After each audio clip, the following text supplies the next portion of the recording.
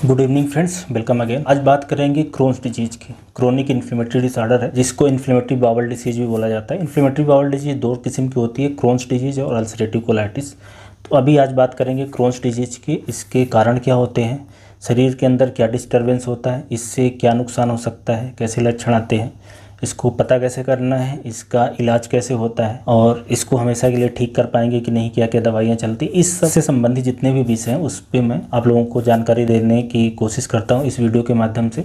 तो सबसे पहले बात करते हैं क्रोन्स डिजीज। ये क्रोनिक इन्फ्लेमेटरी डिसऑर्डर है। Chronic inflammatory disorder of digestive system ऐसा बोल सकते हैं। मतलब कि ये पूरा जो डाइजेस्टिव सिस्टम है, मतलब माउथ कैविटी से लेके ईसोफेगस, स्टमक, स्मॉल इंटेस्टाइन, छोटी आंत, डिओडिनम, जेजुनम, ये सारे हिस्से अफेक्ट होते हैं। बड़ी आंत का हिस्सा अफेक्ट होता है। तो ये कहीं पे भी हो सकती है और इसमें जो मेन समस्या आती है कि इसमें इन्फ्लेमेशन हो जाता है। आंत के अंदर इन्फ्लेमेशन, सूजन होने से एब्सेस फार्मेशन होता है। वहाँ पे एब्सेस फार्मेशन के कारण ग्रेनुलोमा फार्मेशन होता है। उससे आंत में छाले पड़ जाना, आंत सड़ने लगती है और कई बार अगर ज़्यादा बीमारी बिगड़ती है तो आंत फट भी सकती है, क्योंकि आंत का पूरा हिस्सा नष्ट हो सकता है। तो ये क्रोनिक इन्फ्लेमेटरी डिसऑर्डर है जो कि डाइजेस्टिव सिस्टम को अफेक्ट कर सकती है कहीं पे भी, और ज़्यादातर केसेस में छोटी आंत या बड़ी आंत को अफेक्ट करती है। जो सबसे कॉमन साइट होती है वो इलियोसिकल पोर्शन जो होता है, जंक्शन है, मतलब छोटी आंत और बड़ी आंत के बीच का जो रास्ता है, वहाँ पे ज़्यादातर केसेस में देखने को मिलती है। और इसमें एक टर्म हम लोग मेडिकल में यूज करते हैं, स्किप लीजन। मतलब आंत के अलग अलग हिस्से को, मतलब एक हिस्सा नॉर्मल हो सकता है, उसके दोनों तरफ खराब हिस्सा हो सकता है। तो कहने का मतलब है खराब हिस्सा, फिर नॉर्मल, फिर खराब, ऐसे स्किप लीजन इसमें बनते हैं। अब ये क्रोन्स डिजीज के पीछे का क्या प्रमुख कारण है, क्यों ये हो जाता है? तो एक तरीके की ये क्रोनिक इन्फ्लेमेटरी लीजन है जो कि इम्यून डिसफंक्शन से होता है। अपने शरीर के इम्यून सेल्स डिसरेगुलेट हो जाते हैं, जिससे वो अपने ही शरीर के टिश्यू को मारते हैं। इसलिए कई बार इसको ऑटो इम्यून डिसऑर्डर कंसीडर करते हैं। हालांकि इस पर अभी डाउट है कि ये सिर्फ इन्फ्लेमेटरी लीजन है कि इसमें ऑटो इम्यून पोर्शन भी है। कहने का ये मतलब है कि शरीर के अंदर जीन में चेंज होने के कारण, खुद के शरीर के अंदर जीन में बदलाव होने के कारण, और इन्वायरमेंटल ट्रिगर मतलब वातावरण में कुछ फैक्टर होने के कारण, दोनों मिला के शरीर के जो इन्फ्लेमेटरी सेल्स होते हैं वो ज़्यादा बन जाते हैं और अपने ही शरीर के टिश्यू को मारने लगते हैं। तो जीन में बदलाव है। और इन्वायरमेंटल ट्रिगर में ऐसा देखा गया है कि कई बार इन्फेक्शन की वजह से, वायरस हो, बैक्टीरिया हो, प्रोटोजोआ, उसके कारण, या तो खाने में कोई चीज़ हो, या तो कई बार दवाइयों के असर कारण, स्पेशली जो दर्द की दवाइयाँ होती हैं, उससे ये हमारे शरीर के इम्यून सेल्स ओवर एक्सप्रेस होते हैं, डिसरेगुलेट होते हैं और अपने ही शरीर के सेल्स को नष्ट करने लगते हैं। तो ये पीछे की वजह है। मतलब मेन जो समस्या है कि इन्फ्लेमेशन बढ़ जाता है। जो छोटी आंत है, बड़ी आंत है, या जिस हिस्से को अफेक्ट करती है वहाँ पे इन्फ्लेमेटरी सेल ज़्यादा आ जाते हैं। तो ये बात काम में आएगी इलाज के समय, क्योंकि इसका जो सारा इलाज है इसी बात पे केंद्रित है कि जो इन्फ्लेमेटरी सेल्स हैं उसको कम करना है। सारा जो ट्रीटमेंट है इसी चीज़ पे रहता है। अब जाते हैं कि इससे क्या लक्षण होता है, पेशेंट को क्या लक्षण देखने को मिलता है। तो आपको ये समझना है कि बीमारी दो उम्र में ज़्यादा देखने को मिलती है, एक 20 से 30 साल के बीच में और एक 50 से 60 साल के बीच में। और इसमें जो मेन समस्या आती है वो आंत संबंधित ही आती है। मतलब ज़्यादातर मरीजों को डायरिया होना, उसके अलावा पेट में दर्द। पेट में दर्द डिपेंड करता है कि किस हिस्से को अफेक्ट किया है और सीवियरिटी कितनी है, बीमारी बहुत सीवियर है कि हल्की है। तो इसके जो लक्षण है, सीवियरिटी और किस पोर्शन में अफेक्ट हुआ, वहाँ ज़्यादातर जैसे इलियोसिकल एरिया में होता है, जंक्शन में होता है, इसलिए राइट लोअर क्वाड्रेंट में ज़्यादातर मरीजों को दर्द फील होता है। इसके अलावा दस्त का लगना, इसके अलावा पेट में मरोड़ होना। कुछ पेशेंट्स में ऐसा होता है कि उनके स्टूल में ब्लड भी आ सकता है। और बहुत सारे पेशेंट ऐसे रहते हैं जिनमें गैस का बनना, भूख नहीं लगना। चूँकि इन्फ्लेमेटरी सेल्स रहते हैं तो इसमें पेशेंट को फीवर भी आ सकता है।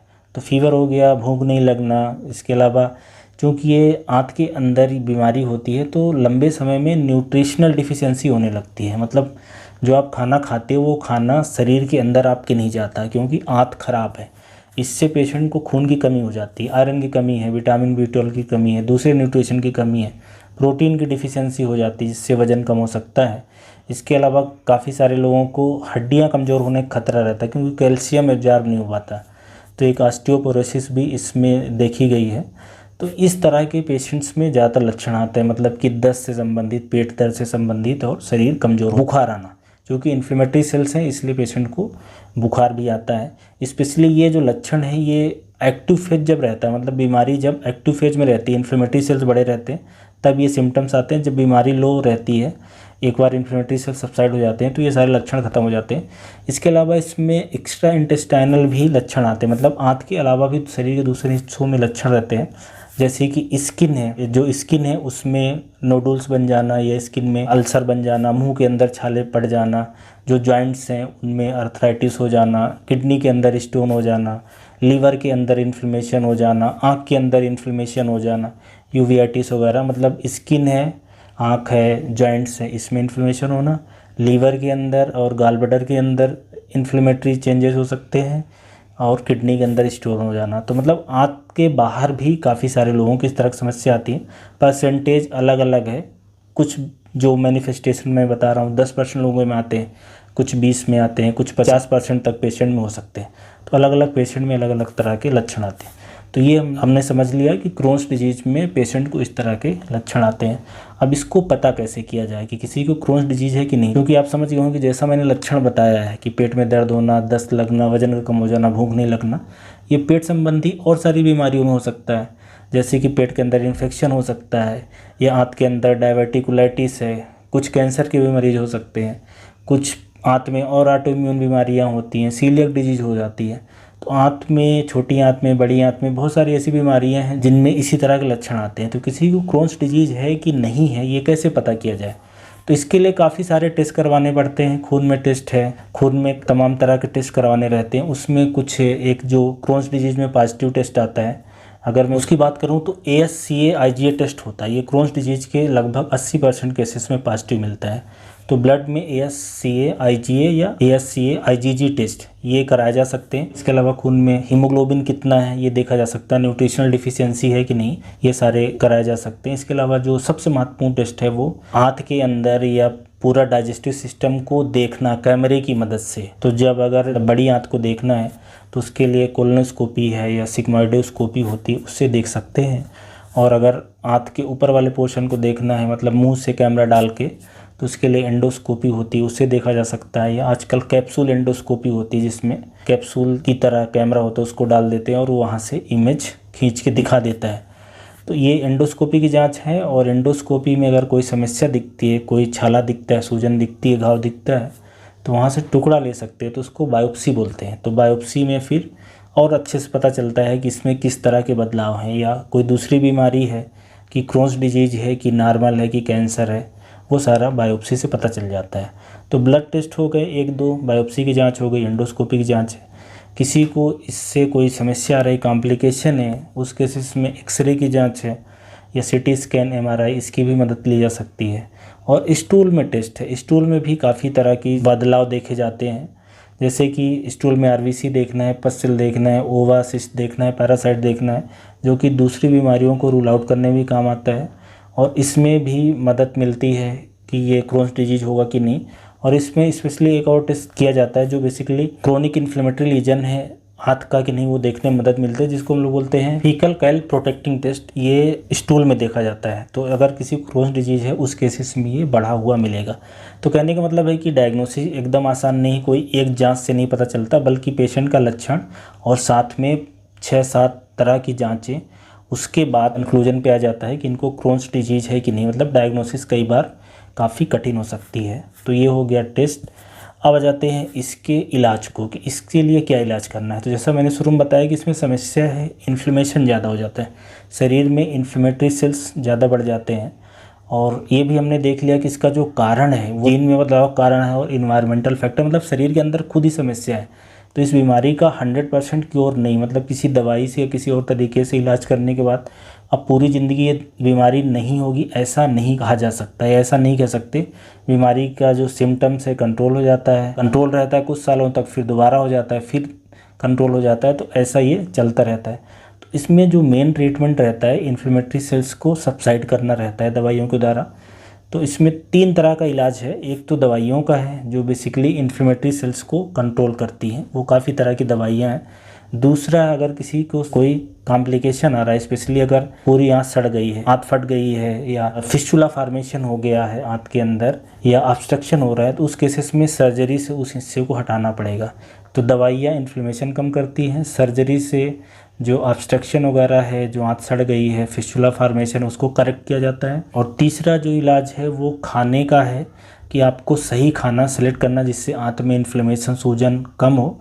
और साथ में न्यूट्रिशनल सप्लीमेंट, क्योंकि इसमें शरीर कमज़ोर हो जाता है पेशेंट का, तो न्यूट्रिशन दिया जाता है, मतलब कि जैसे कैल्शियम है या आयरन देना है, विटामिन B12 देना है, दूसरे मिनरल्स वगैरह देना है, वो सारी चीज़ें करना रहता है। तो अगर दवाइयों की बात करें कि इसमें क्या दवाइयाँ चलती हैं, तो दवाइयाँ में लक्षण सबसे पहले तो कंट्रोल करना है। आपको ये समझना है कि इस बीमारी का जो मेन एम रहता है कि अगर कोई पेशेंट एक्टिव फेज में आया है तो उसके लक्षण को कंट्रोल किया जाए। तो जिस तरह के लक्षण आते हैं उस तरह की दवाइयाँ, जैसे दस्त के लिए दवाइयाँ हैं, पेट में दर्द मरोड़ है उसके लिए दवाइयाँ हैं, अगर किसी को इन्फेक्शन भी साथ में लग रहा है तो एंटीबायोटिक भी दे दिया जाता है, ज़्यादा पेट फूल रहा है, गैस बन रही है तो उसकी भी दवाई ऐड कर देना है। तो ये सिम्टम्स कंट्रोल करने के लिए दवाइयाँ दी जाती हैं। दस्त कंट्रोल करना है, दर्द कंट्रोल करना है, मरोड़ कंट्रोल करना है। पर जो मेन दवाई है वो एंटी इन्फ्लेमेटरी है, मतलब जो आंत के अंदर या जहाँ पे भी ये क्रोन्स हुई है डाइजेस्टिव सिस्टम, उसको कम करने के लिए एंटी इन्फ्लेमेटरी मेडिसिन। जो मेन मेडिसिन एंटी इन्फ्लेमेटरी है वो स्टेरॉइड है। स्टेरॉइड कई तरह की आती हैं, जैसे कि इसमें प्रेडनिसोलोन या बुडेसोनाइड यूज करी जाती है। इसके अलावा इन्फ्लेमेटरी मेडिसिन एक और स्पेशल इसमें यूज करी जाती है क्रोन्स डिजीज में, वो है सल्फासलाजीन। सल्फासलाजीन एक मेडिसिन है जो कि स्पेशली इस बीमारी के लिए दी जाती है, जो कि इन्फ्लेमेशन को सबसाइड करती है। ऐसे ही मिसाइलामीन, तो सल्फासलाजीन और मिसाइलामीन ये इन्फ्लेमेटरी मेडिसिन इस बीमारी के लिए स्पेशली काम करती हैं। इसके अलावा और भी इम्यूनोसप्रेसिव दवाइयाँ हैं, बायोलॉजिक्स मेडिसिन है जो सीवियर इन्फ्लेमेशन है तो उसको सबसाइड करती हैं।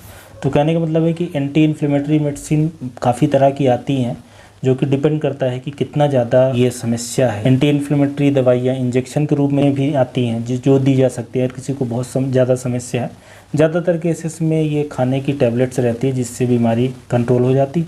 एक बार कंट्रोल हो जाती है तो फिर कुछ दवाइयाँ रहती है एंटी इन्फ्लेमेटरी जिसको हमेशा के लिए भी खाया जा सकता है।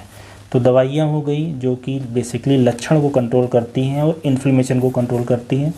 ऑपरेशन हो गया, और खाना भी एक महत्वपूर्ण हिस्सा होता है खाने का भी, इस बीमारी को कंट्रोल करने का। तो मतलब खाने में तो ज़्यादातर ऐसी चीज़ें खाएं जो आसानी से पच जाएं, जिसमें न्यूट्रिशन हो।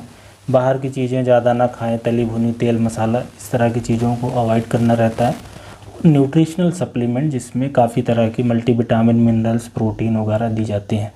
तो ये इसका इलाज होता है। आप समझ गए होंगे कि इस बीमारी का इलाज मेन इन्फ्लेमेशन को कम करना, आंत के इन्फ्लेमेशन को कम करना है। एक इससे और बात समझते हैं कि इस बीमारी से कॉम्प्लिकेशन क्या हो सकता है, मतलब किसी के शरीर में ये क्या नुकसान कर सकती है। तो आंत में इन्फ्लेमेशन की वजह से वैसे तो लक्षण में ज़्यादातर चीज़ें मैंने बताई, लेकिन जो मेन समस्या एक कॉम्प्लिकेशन की बात करें, बड़ा नुकसान हो सकता है कि आंत सड़ सकती है। तो आंत का एक पूरा हिस्सा फिर ऑपरेशन से निकालना पड़ता है, तो आंत फटने का डर रहता है, आंत में ऑब्स्ट्रक्शन होने का डर रहता है, मतलब कुछ मरीजों का कैंसर होने का खतरा बढ़ जाता है, न्यूट्रिशनल डिफिशियंसी होने का खतरा बढ़ जाता है।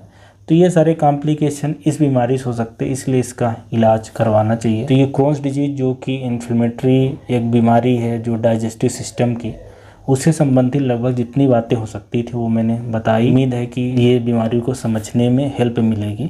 एक और बीमारी होती है जो इसी के जैसी है, अल्सरेटिव कोलाइटिस। उसका जो मेन कारण है सेम है, इलाज भी सेम है, जो प्रेजेंटेशन है, सिम्टम्स, कॉम्प्लिकेशन वो थोड़ा डिफरेंट है। जांच भी लगभग ऐसे ही करी जाती है, उसको किसी दूसरे वीडियो में कवर करेंगे। Thank you so much for watching.